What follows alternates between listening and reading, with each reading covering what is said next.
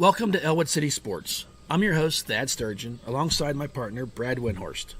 Today, we bring you the first episode of ECS, Ellwood City Sports, a groundbreaking show that will bring you all the Ellwood City Wolverines sports coverage like no other. The show will be all about Ellwood City sports, including news, updates, standings and stats, results, media, and even interviews with your favorite coaches and players. This show will bring you up close to the action.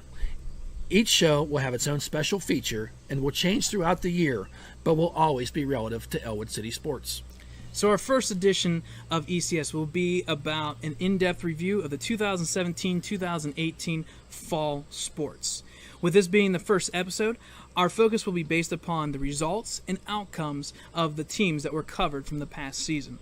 As we look forward to more input from coaches, fans, and media sources, our coverage will continue to grow for the upcoming season.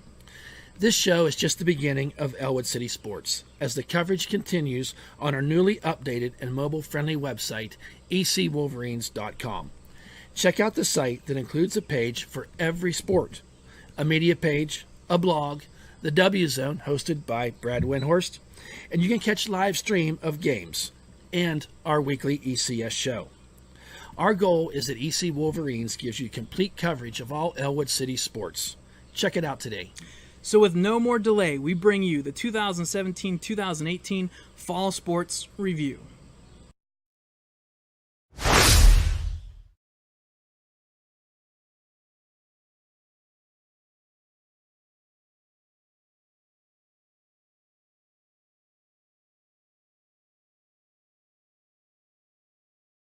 Our first preview is going to be about the Ellwood City football team.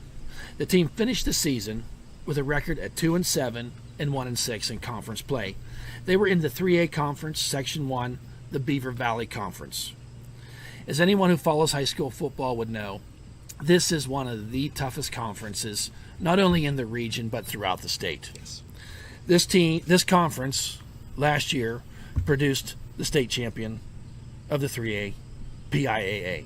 The year before, in Beaver Falls, they produced the state champion for the PIAA and PIAA, both teams that Ellwood City had to face the past 2 years. And like you're saying 5 out of the 10 3A conference teams in the state of Pennsylvania, ranked-wise, come from this conference. You have Aliquippa, Beaver Falls, Central Valley, and Quaker Valley. Quaker Valley, yes. So it's a tough schedule, and it's a tough conference what they had to go through.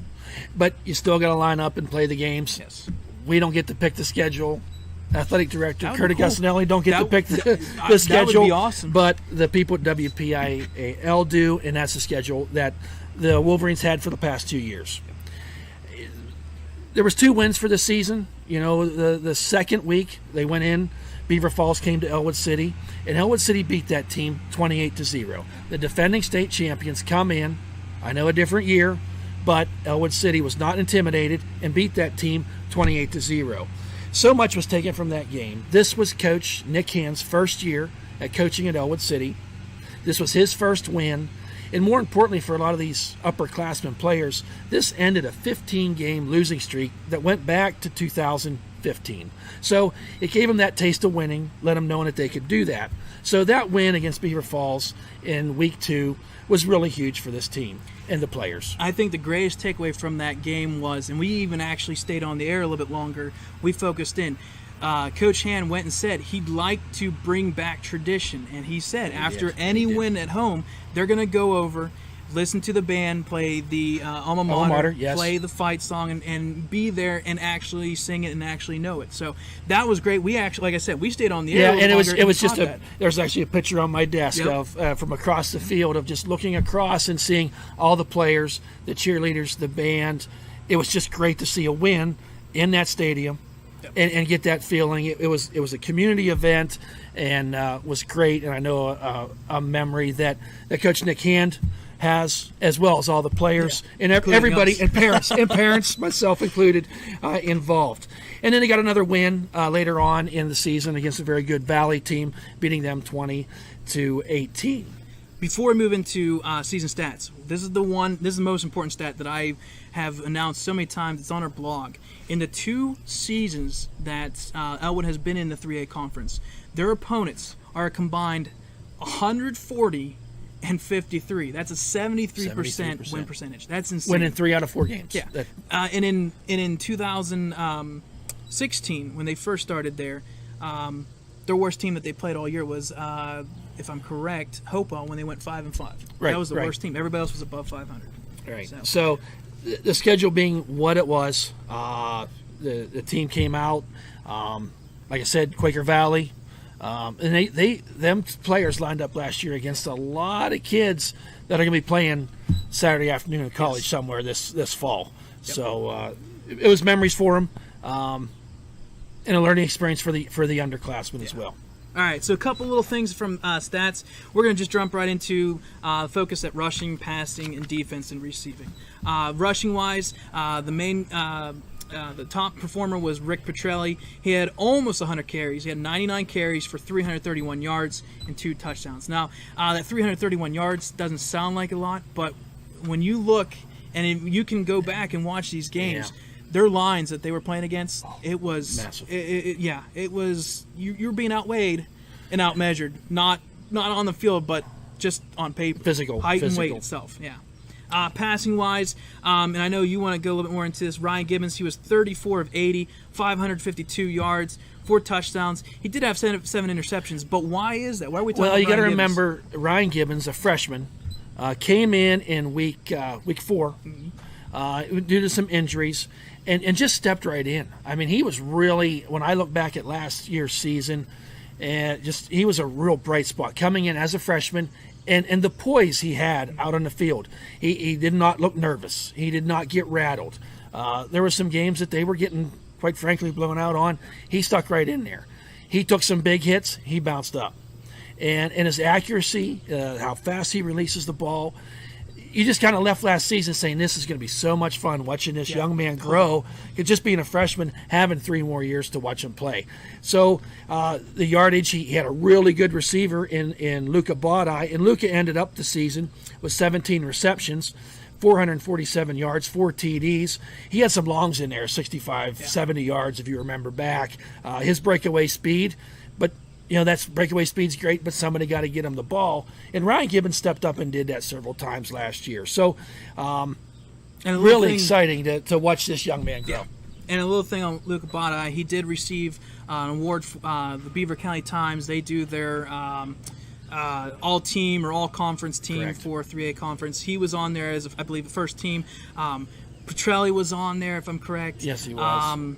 There was a couple other guys. So there was a couple second and third team guys on there, but Luca Bodai was that big standout. Lastly, we want to talk about defense-wise, Colton Cunningham. This is just a junior. Colton was. Just a junior. He will be back, obviously, again this year. He had 65 tackles, 6 tackles for loss, 2 fumble recoveries, and 1 interception. The 65 tackles was absurd. There was one game, I can't remember, I think it was Hopewell or something like that. He had almost 14, 15 tackles by halftime. He finished with like 18 tackles that game. It was absurd. And he did. And not only did he get the tackles, but Toby Kelly, with the concussions, and they're so privy to what's going on with them, had some concussion issues. You ask anybody on that team last year, they'd tell you Toby was really that team leader on defense. Colton stepped right in there. I mean, you got to give the kid credit. Stepped right in there, helped with that play calling. Just a junior, and really played some great football. And we're not talking about next season yet, but I think we have a couple players circled that we're going to be fun to go out and watch this coming season, and Colton is one of them. And if you look at that list, Petrelli's back, Gibbons back, Cunningham's back. Bodie's the only one that graduated on that top performer for 2018. Right. So we'll have that later on at the end of, in a couple weeks. In a couple weeks, yes. We'll have our preview show coming up here at the last week of August.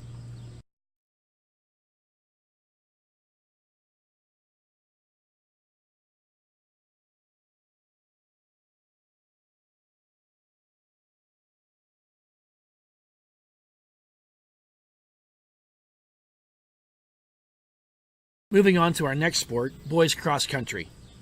The cross country team is in Division II, Section 1A. and they finished the season with a record of 2-7. And then also with girls cross country, they're in Division 2, little difference, 2A, Section 1, and they finished the season 5-4. And it's pretty easy to see as we've talked with coaches. Coach Mark Hall, in his 19th season, will be the first to tell you that last year's teams were inexperienced. Athletic young runners with just not much experience running cross country. Mark Hall's been there, as we said, for 19 years. A great guy, all Ellwood City. You see him all around all over the place. And he'll have this year's team, with that 1 year of experience under their belt, looking better than ever. I know every once in a while I have to travel into Ellwood during the summer, and I've already seen them out there. They've been on the track already, ready to go. So no doubt in our mind, yes, they may be inexperienced right now, but by the time they hit their senior year, they've gone through the ropes. They're going to understand what works and what doesn't. So, yeah.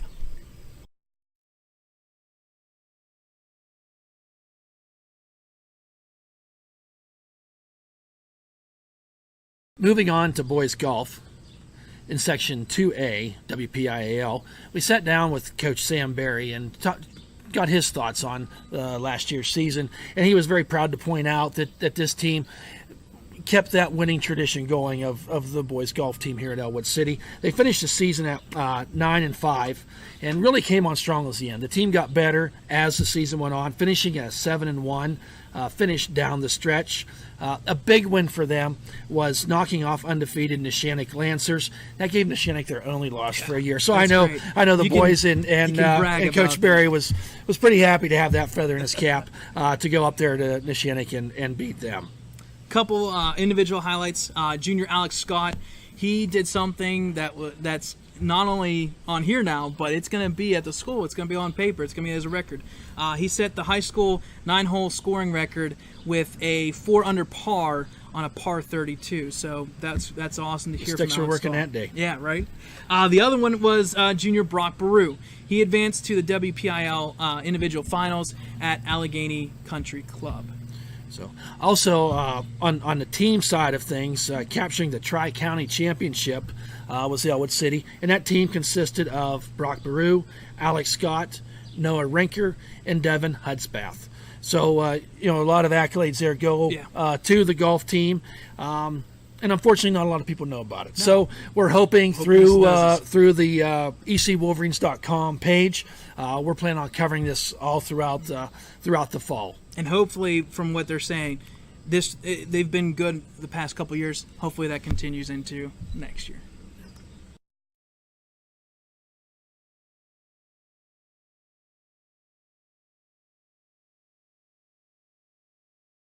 Switching to girls golf, the girls played in Section 2A, and once again we say this pretty often, in a very, very tough section. In that section, the girls find themselves playing Swickley Academy and Central Valley. These two teams have won 3 of the state titles the last 5 years. So the girls in that tough section finished the season overall 4-6. They were 4th in section play, behind state champion Swickley Academy, Central Valley, and Blackhawk. Yeah, you can't forget about Blackhawk too. They finished 5th in the MAC Invitational, and like we said, it just seems like every single sport that Ellwood is in, they're in the toughest section. But it's just like anything. To be considered the best, you got to play the best, and if you don't, you find out where you stand. Right, so, 4-6 record is not bad. It's not obviously what you want. It's not matching your goals, but you know what? We will go into it more in our next show about returning starters and whatnot for the team. This team for sure is a young team, and got a lot of young girls on that team that keep getting better. Coached by Dave Bramer in his 16th season and assisted by Kim Deloya. And I know they put a lot of time in. They love golf, and and they enjoy the coaching. So, ending up 4-6. We're going to follow this like all sports all throughout the fall to keep you posted on how they're doing.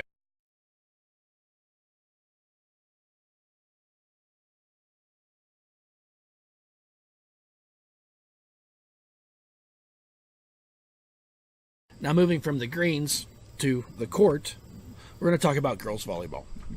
The girls volleyball team, Section 2A, Section 1, they finished the season at 5-7 in section play. That put them fourth in the conference, good enough to make the playoffs. They were behind Neshannock, Shenango, Laurel, and then Ellwood City was fourth. Being a fourth place team, they had to play a top-seeded team. They ran into a very good Quaker Valley team, and in that first round of the playoffs, and they lost that game 3-0. 3-0. Therefore, finished this season at 5-8. And 5-8 is, again, it's very similar to what we said before. It's not a goal that you obviously want to be below 500, but you made playoffs. You played a good quality team that this will help you earn or get experience, and hopefully they can come back from this and build upon it. And it was, looking back, a very young team. Yeah. There's going to be a lot of returners that we're going to get into more in our preview show the last week of August. But nonetheless, a good learning experience. They knew how to win. They knew how to win good enough to get to the playoffs. And we'll just see if we can get to the next level. Yeah, anytime how the system's set up, you make playoffs, you're doing something right. And anything can happen in the playoffs. We've seen that exactly. in any and every sport. Every sport.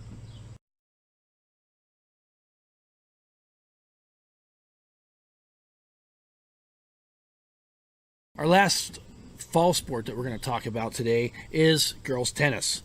The girls tennis team, 2A, Section 2. The girls tennis doubles competed at Brady's Run Park, and that doubles team consisted of Savannah Lohr and Claire Brandis.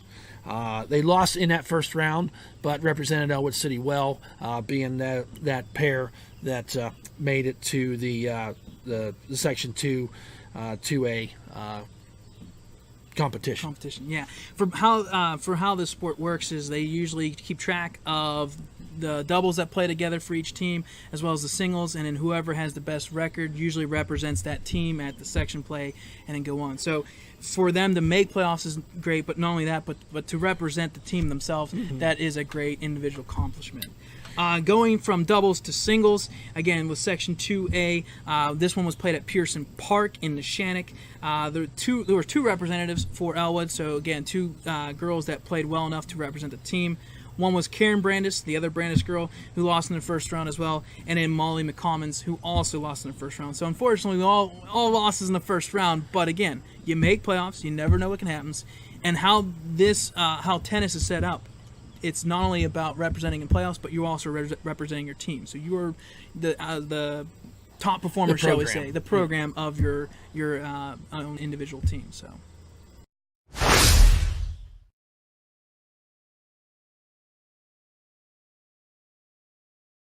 That wraps up our 2017-2018 fall sports review for the Wolverines.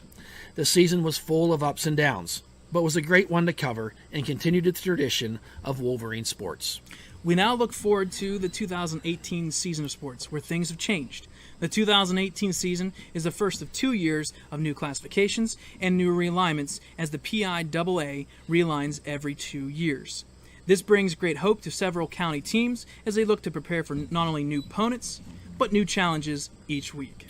Our next show will chart these changes for the 2018 fall season, including previews of some of the Ellwood City teams gearing up for the season that starts in just a few weeks.